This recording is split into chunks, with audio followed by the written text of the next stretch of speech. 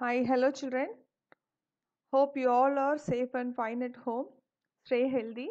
And this is your Priya ma'am from Alpha Group of Institutions. So, welcome again to our social e-classes. Today we are going to discuss and learn about Indian Constitution. So, this is in the textbook, that is Civics. The Civics Unit 1 is Indian Constitution. And in this chapter, today we are going to discuss regarding 1, 2, 3, 4, 5, 5 points. These are the main learning objectives which we are going to learn throughout the lesson. So the main objectives of this lesson are to know about the making of Indian Constitution. Children, here Constitution means it is a law, okay. Let us discuss about the detailed description when we are going to the particulars individually. So the first thing is we are going to know about the making of the Indian Constitution, to know the salient features of Indian Constitution, to understand the fundamental rights and duties, to know the directive principles of state policy, to understand the center-state relations and the emergency provisions. So children, these are the 5 points which we are going to learn and discuss in detail throughout the lesson. So make sure be ready with your textbooks. If you don't having the textbooks, you can directly read and view the PPT which I am giving in the mobile. So each and every point, and apart from the textbook, extra 2 to 3 points were also involved in some content. So don't get confused, because for the better understanding for some content I have been added some extra points. So if you read along the PPT which I have typed in here, or else if you have textbook, you can go through that also while I am teaching. So as I am teaching English, the same way I am going to teach you the social also line by line. Okay. So these are the learning objectives, and now let us go to the introduction part. Introduction. The Constitution is the fundamental law of a country which reflects the fundamental principles on which the government of that country is based. Now here, before going to the direct description, children, let us discuss what is Constitution first. So Constitution means those are the laws. The Constitution of India is the supreme law of India. The document, this Constitution lays down the framework that demarcates fundamental political code, structure, procedures, powers and duties of government institutions, and sets out fundamental rights and directive principles and the duties of the citizens. So this Constitution is the fundamental law. Fundamental law means basic law. Okay. The Constitution, these laws are the fundamental basic laws of the country, which reflects the basic principles of the government, which implements its effect on the principles of which the government of our country is based. Okay. Now, it is the vehicle of a nation's progress. Vehicle means if we want to transfer from one place to another place, we use a vehicle. In the same way, for our nation's progress, improvement, development, these fundamental laws will act like a vehicle. More particularly, it is concerned with institutional fabric and the framework and the distribution of powers between the various organs of the government and between the union and the states. So according to this, the concept of constitution was first originated in USA. The main thing is, it is concerned, linked with the institutional fabric and the framework of the, like distributing all the powers all over, like between the various organs of the government and between the unions and the states. So this will act like a barriers also between the government and also union and the states. And this concept of constitution, this concept of bringing the fundamental laws into the country was first originated in United States of America. Okay. Yes. Now the first concept, 1.1, that is in page number 239. The need for a constitution. The need for a constitution. All democratic countries. Children, what is meant by democracy and democratic? Democracy means which is ruled by the people. So these democratic countries have a constitution that governs them. So these democratic countries will also have some rules which governs them, which rules them. A constitution puts down certain principles that form the basis of any kind of a state that we as citizens desire to live in. A constitution tells us the fundamental nature of our society. So now here children, these laws, this constitution puts down, it means it just exhibits some principles, it exhibits some rules which forms the basis for all kinds of state, any kind of state that we as citizens, we desire, we wish to live in. Okay, nothing will be on force. And this constitution tells us the basic nature of the society, the structure of the society is exhibits, it showcases the overall structure, the fundamental nature of our society, overall the basic nature of the society will be exhibited through this. Okay. A country is usually made up of different communities of people who have different beliefs. It will be helpful in fulfilling the beliefs of different segments of citizens. So this, let us hope like our country, India, okay. The India, our country is usually made of different communities. We don't have separate caste or like religions, all those things, right? We have different communities of people. So usually every country will have different communities of people who have different beliefs. For example, for we have Hindus, Muslims and Christians, Sikhs, etc. So many, right? The same way in Hindus itself there are many castes, many communities. Everybody will be having different beliefs, right? Some will be having like eating veg and some will be having not eating veg, sorry, some will be not eating non-veg, some will be eating non-veg, and the way of worshipping God also will be indifferent, and sometimes the culture and the beliefs will also differ according to their communities, the way of dress codes, etc. So the same way every country will be having different communities of people, and those different kinds of communities will have different beliefs and different way of like methods of living their life, desires in their lives. So this will be helpful in fulfilling the beliefs of different segments of the citizens. So when they are following different beliefs according to their communities, this will help in the fulfilling the other citizens also, like there will be different segments of citizens in the country, right? That will be helpful for them to fulfill their own beliefs. That is all about the 1.1, the need for a constitution. Okay.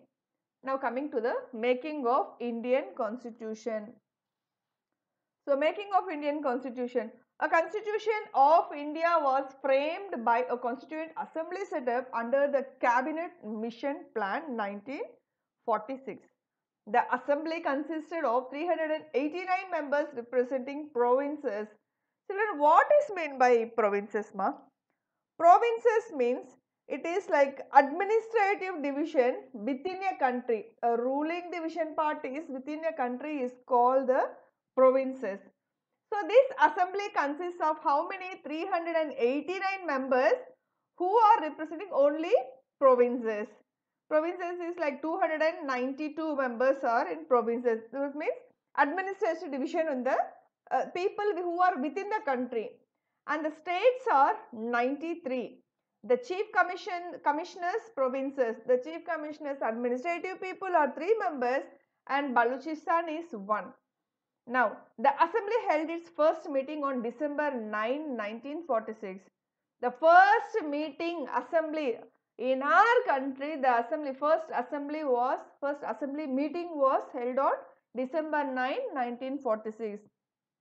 Dr. Sachidananda Sinha, the oldest member, was elected as a temporary president of the assembly.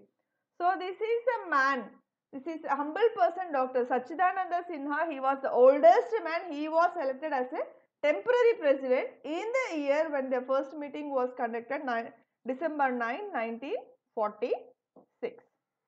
Okay, now listen. While the work was in progress, Dr. Sachidananda Sinha died.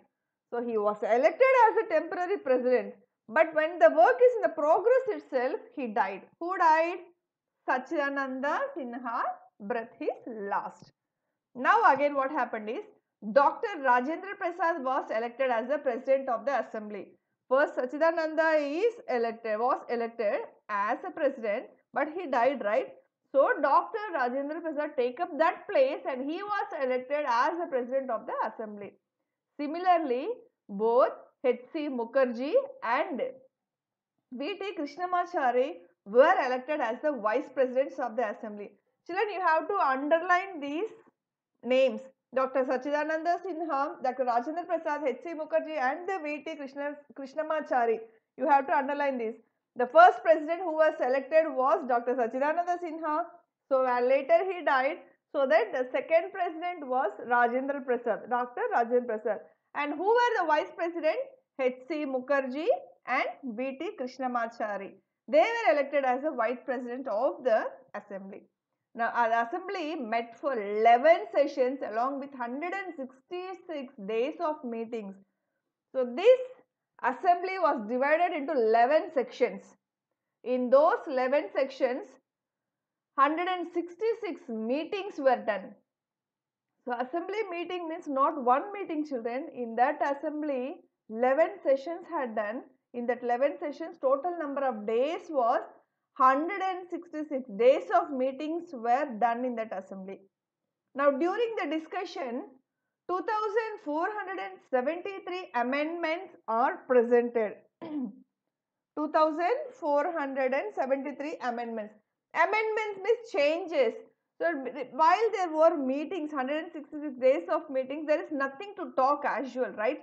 So, there will be so many discussions like creating new rules and regulations, demolishing old rules and regulations, like changing some rules according to the people's convenience and comfortable. So, 2473 changes were presented.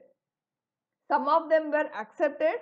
The assembly worked through various committees and the draft of constitution was prepared by the drafting committee under the chairmanship of Dr. B.R. Ambedkar. Now listen, when they are presenting 2473 changes like rules, everybody will not accept for all the rules, right? So, some of them were accepted, some of them were declined. So, later what happened is the assembly worked through many committees and drafts, groups created. Later the constitution was prepared by a drafting committee. At last, overall the committees, the constitution of these committees were prepared by the drafting committee under the leadership of Dr. Ambedkar, Dr. B.R. Ambedkar. He is recognized as the father of Constitution of India. Children, now you have to underline this line. This is the important line. Dr. B.R. Ambedkar is recognized. Dr. B.R. Ambedkar is named as the father of Constitution of India because this drafting committee, these constitutions were released under his leadership.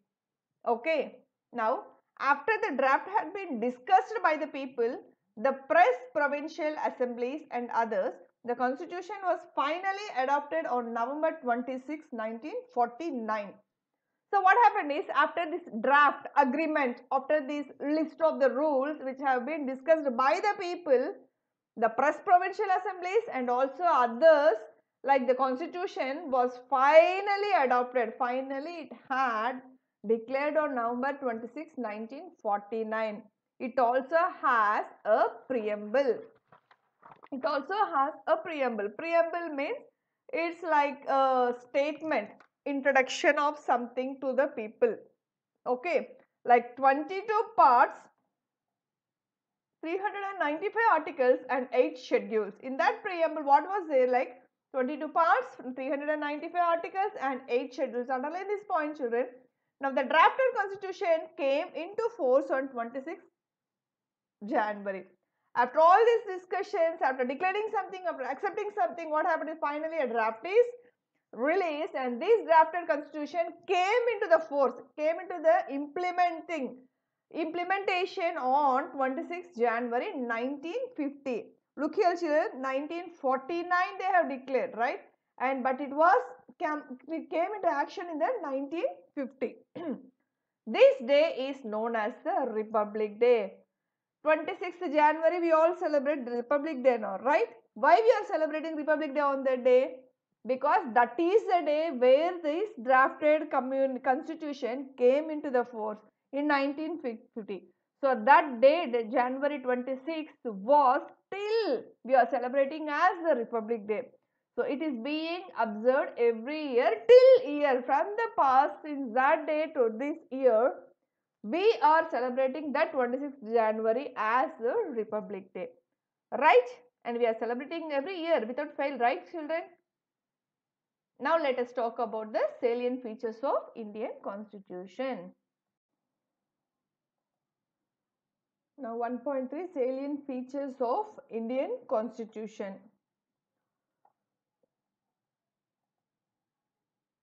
It is the lengthiest of all the written constitutions of the world.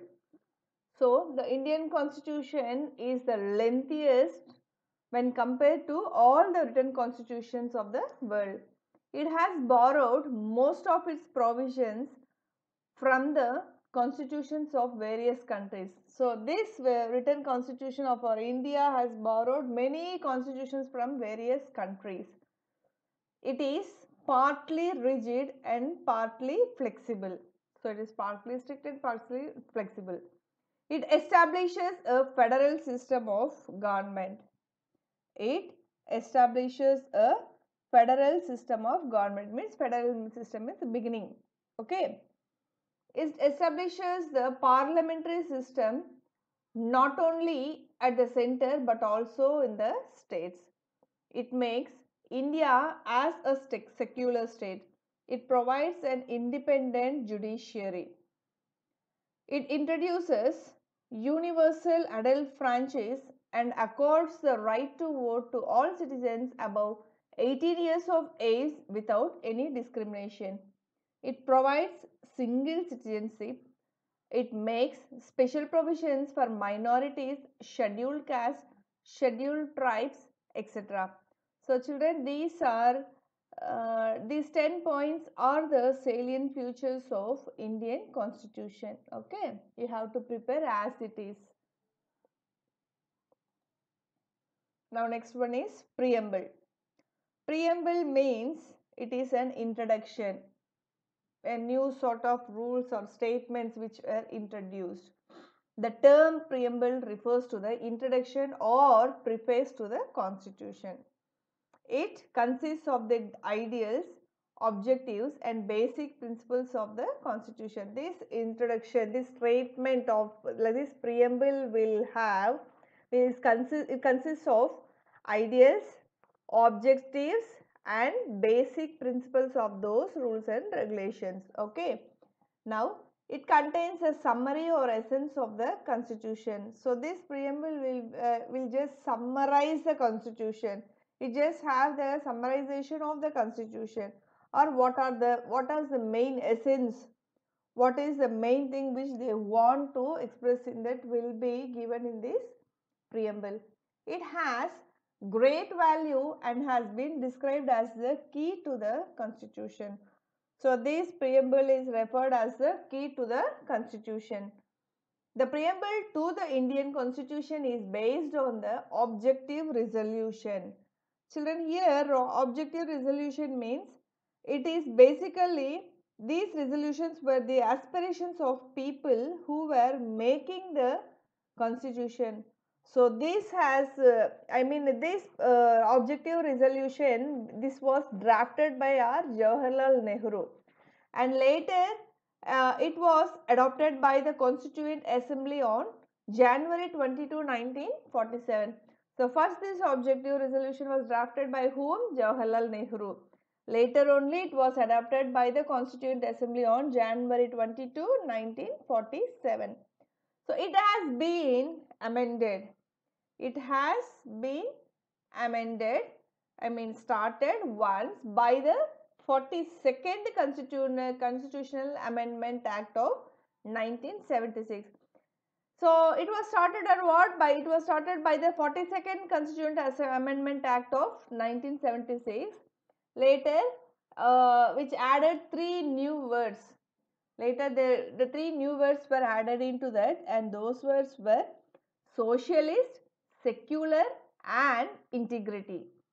Socialist, secular, and integrity. The preamble begins with the phrase. This preamble begins with the phrase. What is that phrase is? We the people of India. What is the phrase which begins in this preamble? We the people of India. Okay. This clearly implies that the constitution derives its authority for the people of India. It means it clearly shows that this constitution is derived. It came only purely with its authority from the people of our India. So thus we can say that the people of India are the source of our constitution. It means the people of India are the basic source of this constitution because it is just derived with the authority of the people of India only. The preamble of our constitution states that India is a sovereign, socialist, secular, democratic republic. This preamble of our India states that what? That India is what? Sovereign, socialist, secular, democratic India. It means sovereign means what? Ruler, a leader. Okay. Now, its aim is to secure to all Indian citizens social, economic and political justice. This preamble's main aim is to safeguard our Indian citizens' social, economic and political justice. So the constitution guarantees liberty of thought, expression, belief, faith and worship to all. So this gives guarantee to the people about the liberty of their ideas to express anything whatever they need, their beliefs, they can follow their beliefs, faith and they can worship to anything.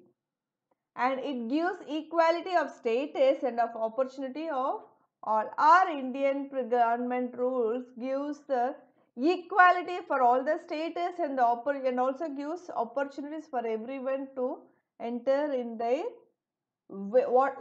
own ways how they wish to be, but which is not illegal. Okay, and this wants to promote fraternity among all Indians, and this wants to just promote the fraternity among the Indians. Now let us talk about the citizenship. Citizenship. The word citizen is derived from the Latin term civics. So where the word citizen is derived, it is derived from the Latin term civics. It means a resident of city state. The people who are living in that particular state will be called as citizens of that state. We Indians, we have the citizenship of India, right? The Constitution of India provides for a single and uniform citizenship for a whole of India. And today children, to prove our citizenship for India, we have Aadhaar card, right? Those are the basic identity cards which shows that to which we people belong to and to which state we are the citizens. So articles 5 to 11 under part 2 of the constitution deals with the citizenship. In this drafted constitution, article 5 to 11 under part 1. So in part 2, 5 to 11 parts are like 5 to 11 articles is purely about the citizenship of our India only. Okay. Now 1.5.1. Citizenship Act of 1955. So let us discuss about the Citizenship Act 1955. The Citizenship Act of 1955 provides for acquisition and loss of citizenship after the commencement of the Constitution. Acquisition means addition. So this Citizenship Act of 1955, this act provides some additional things and also some loss of citizenship. It provides some additions and also loss of citizenship after the commencement of the constitution. This act has been amended so far 8 times. So this act has been started again and again so far 8 times. Originally, the Citizenship Act in 1955 also provided for the Commonwealth citizenship. So the basic main thing which it was provided, the thing provided by the Citizenship Act was the Commonwealth citizenship. But this provision was repealed by the Citizens Amendment Act 2003. Okay. Look, 1955 and where is 2003? Next one is acquisition of citizenship, addition of citizenship, like the purchasing, getting, obtaining the citizenship. We are going to talk about how we are getting, obtaining the citizenship. The Citizenship Act of 1955 prescribes 5 ways of acquiring citizenship: aways birth, descent, registration, naturalization and incorporation of territory. So, in order to get the citizenship, there were like 5 ways. There are 5 ways to get to acquire citizenship. Those are birth, descent, registration, naturalization and incorporation of society.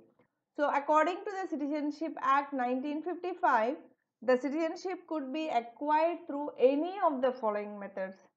According to the Citizenship Act 1955, that citizenship could be acquired through all these.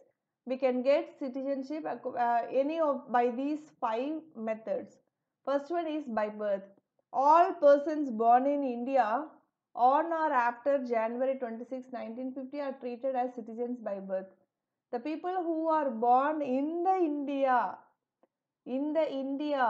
on our Indian land after January 26, 1950, they are treated as the citizens by birth here. We all are citizens by birth in India. Yes. Next, by descent. A person born outside India or on or after January 26, 1950 shall be the citizens of India by descent if his father is a citizen of India at the time of his birth. Even though if the person is born outside the India in some other countries, but if their father is a citizen in the India at the time of, after January 26, 1950, if their fathers are living in India but the children were born in some other states, they will be also be considered as another country, they will be also considered as the citizens of India. So that method is called by descent. Next one is by registration. A person can acquire citizenship of India by registration with appropriate authority. If some migrant people, some are migrating from other country to this country and started living in India, they can register with appropriate authority and they can acquire citizenship by the registration form. So this method is called by registration. Fourth one is by naturalization. Foreigners can acquire Indian citizenship on application of naturalization of the government of India. So, the foreign people, the people who are foreigners can also get Indian citizenship, but they have to fill an application for naturalization of the government. So, this process they have to be followed who are foreigners. That is called by naturalization. Fifth one is by incorporation of territory. By incorporation of territory. In the event of certain territory being added to the territory of India, the government of India shall specify the persons of the territory who shall be citizens of India. So, if any place is being added to the Indian borders or Indian, including like if we are getting some places, if we are adding some other territories to the India, so that people who are living in that area will also be considered as the citizens of India. At the time when those areas are added into the India, if for example if Sri Lanka is added into the Indian government, India, At that time, the government of India should also give the citizenship for Sri Lankan people also as real citizen of India. I am telling for example, children, okay? Example, it's not that. So, like that, whatever the place, the territory is being added to the territory of India, the government of India should specify that particular person also as a citizen of India who belong to that particular territories. Next is loss of citizenship. Now here is the loss of citizenship. The Citizenship Act of 1955 prescribes three ways of losing legal citizenship, whether acquired under the Act or prior to it under the Constitution base: renunciation, termination and deprivation. So this Citizenship Act of 55 also says that there are three ways to lose the citizenship, whether it is acquired under that act, but also those three ways are renunciation, termination and deprivation. First one, it can be voluntarily renounced by a citizen. First thing is, it can be voluntarily renounced by the citizen. Second one, it can be terminated if a person acquires the citizenship of some other country. So it can also be cancelled when a person is getting citizenship in the other country also. Any one thing we have to maintain. The central government can deprive a naturalized citizen. It is satisfied if it satisfied that the citizenship was acquired by fraud, false representation and concealment of material facts, or indulgence in trade with enemy countries, or if the person has been sentenced to imprisonment for a period of 2 years. So this naturalization citizenship also will be cancelled by the central government if those people are getting this citizenship like the duplicate thing, like frauds, okay, like false thing, representing, like presenting the false statements, or if they are in any business if they have any business links with our enemy countries, or if they had been done any mistakes and if are imprisoned, if are jailed for period of 2 years, their citizenship will also be cancelled. So these are the three methods: renunciation, termination and deprivation, which is these are the three ways which will also lose the citizenship of India even though they get under that act.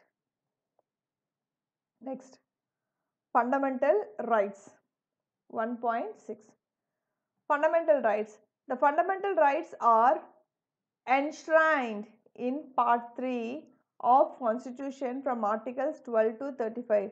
So now when we are talking about the fundamental rights, in that drafted constitution in part 3 articles 12 to 35 is about the fundamental rights.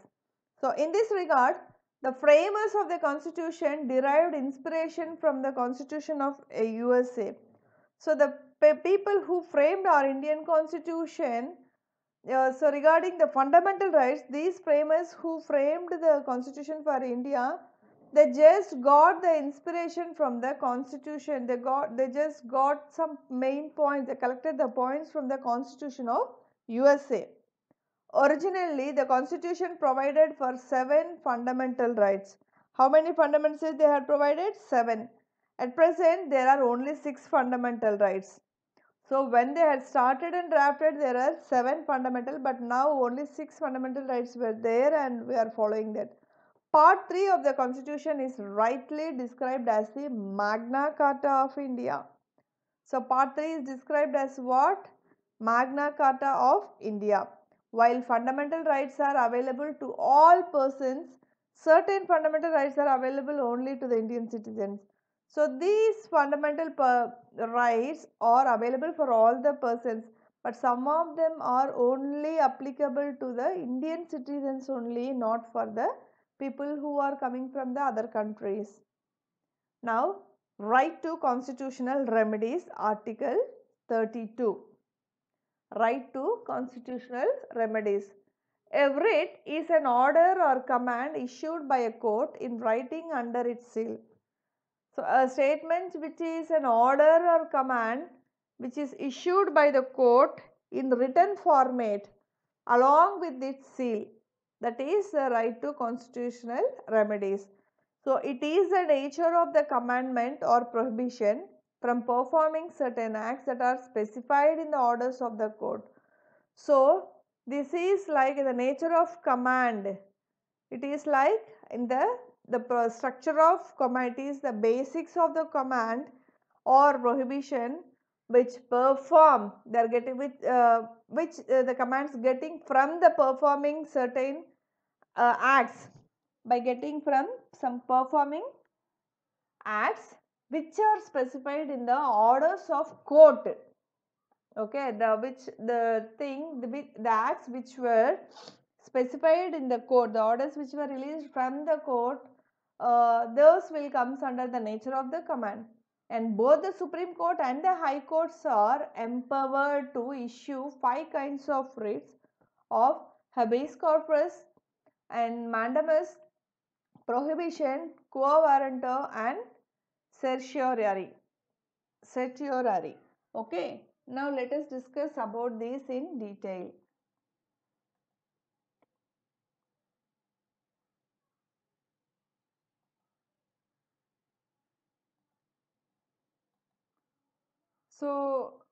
So here if we see, this is why the Supreme Court is called the guardian of the Constitution. So according to Dr. Ambedkar, Article 32 is the heart and soul of the Constitution.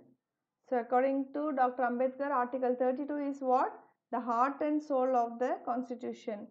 What that is? These 5 things. Habeas corpus. This will safeguard people from illegal arrest. Okay. And mandamus. This protects the petitioner who requires legal help to get his work done by respective public authorities. Prohibition. It prohibits a subordinate court from acting beyond its jurisdiction. Fourth one is certiorari. It quashes an order issued by a subordinate court by overstepping its jurisdiction. Next, last one is quo warranto. It prevents usurpation of public office through illegal manner. So these 5 things are why Dr. Ambedkar called as the heart and soul of the Constitution, is because these are the things which is safeguarding the people from the authorities and the government officers who are doing illegal authorities on innocent people. So first one is purely only to save the people from illegal, even though they are not doing any mistakes. If police arrest them, illegal arrest, if this thing habeas corpus will safeguard the people from that illegal arrest. Second then is, it also, if the petitioner requires help legally, if he needs legal help, his work will be done with the respective particular public authorities who are assigned to that. And prohibition also, it prohibits a subordinate court. If one court is acting beyond its jurisdiction, the other one we can take the action on particular thing. They can go there for help. If they don't get any justice in this court, the people can go to the other court and get the justice, right?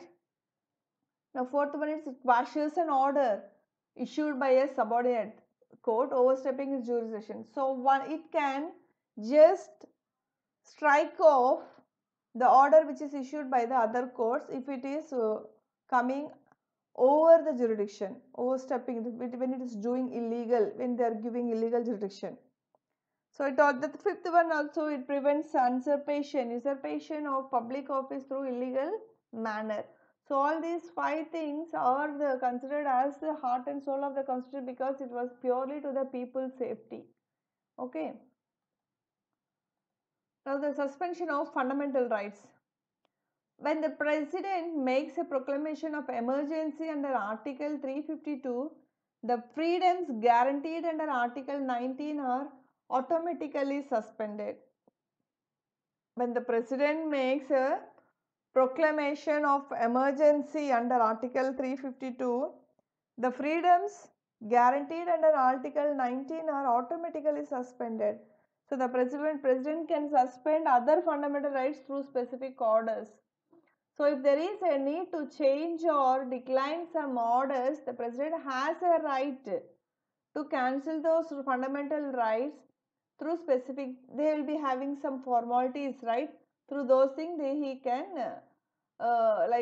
cancel those fundamental rights with those particular orders, and these orders must be approved by the parliament. He cannot do directly, but what are the orders given by the president must be approved by the parliament.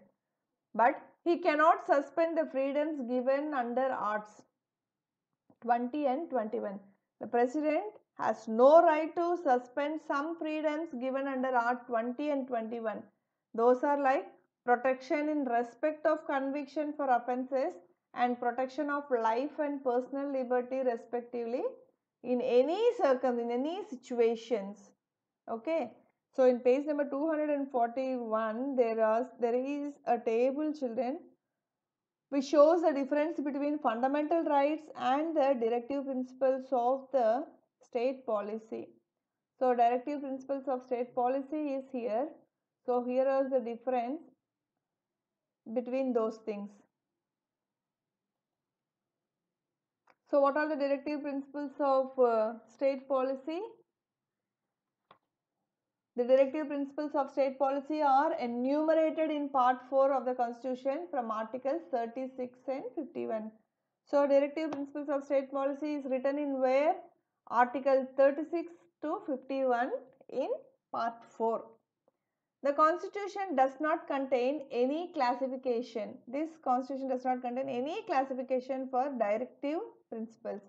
However, on the basis of their content and direction, they can be classified into 3 broad categories like socialistic, Gandhian and liberal intellectual. So these constitutions are not having any classification on like directive principles, but they can be they will be on the basis of their content and the direction. These things will be classified into 3 types based on their content and direction. Okay, what are those are like what are those 3 categories means? A socialist, socialistic, Gandhian and liberal intellectual, and these principles are not enforceable by the courts, but they are fundamental for the government of the country. But they are fundamental for the government of the country. The government is duty bound to apply these principles by making laws. They aim at promoting the social welfare of the people. Dr. B.R. Ambedkar described these principles as novel features of the Indian Constitution. So for every principles he has given the name, because each and every principles are clearly discussed for days and months and they had been framed. That is why he is giving each and everything is important. He is naming them. The first thing, those things like the constitutional remedies were named as the heart and soul, and now these directive principles and the fundamental rights are named as novel features. Dr. Ambedkar described these principles as what? Novel features of Indian Constitution. So the difference between the fundamental right and the directive principles of the state policy is given in a tabular column. Okay, in textbook there are 5 points. I have given here 6 points. Let us see what is the differences between the fundamental rights and the directive principles of state policy. Okay, this was like it was derived from the Constitution of the USA. Fundamental rights are derived from the Constitution of USA, but directive principles was drawn on the model of the Constitution of Ireland. This is from the Ireland, this is from USA.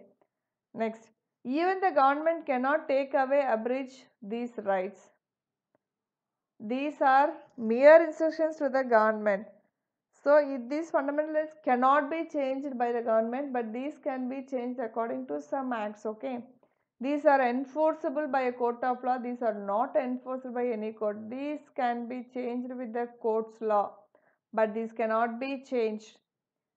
These have legal sanctions. These have moral and political sanctions. These rights strengthen political democracy in the country. The implementation of these principles ensures social and economic democracy. This is the fundamental rights strengthen the political democracy, whereas directive principles will implement strengthen the social and economic democracy. And these are natural rights. Fundamental rights are natural rights, but directive principles lead to protect human rights. These are the natural rights which we follow. These are only to protect to the human rights. Okay, children. Now after this, let us discuss about something which is important.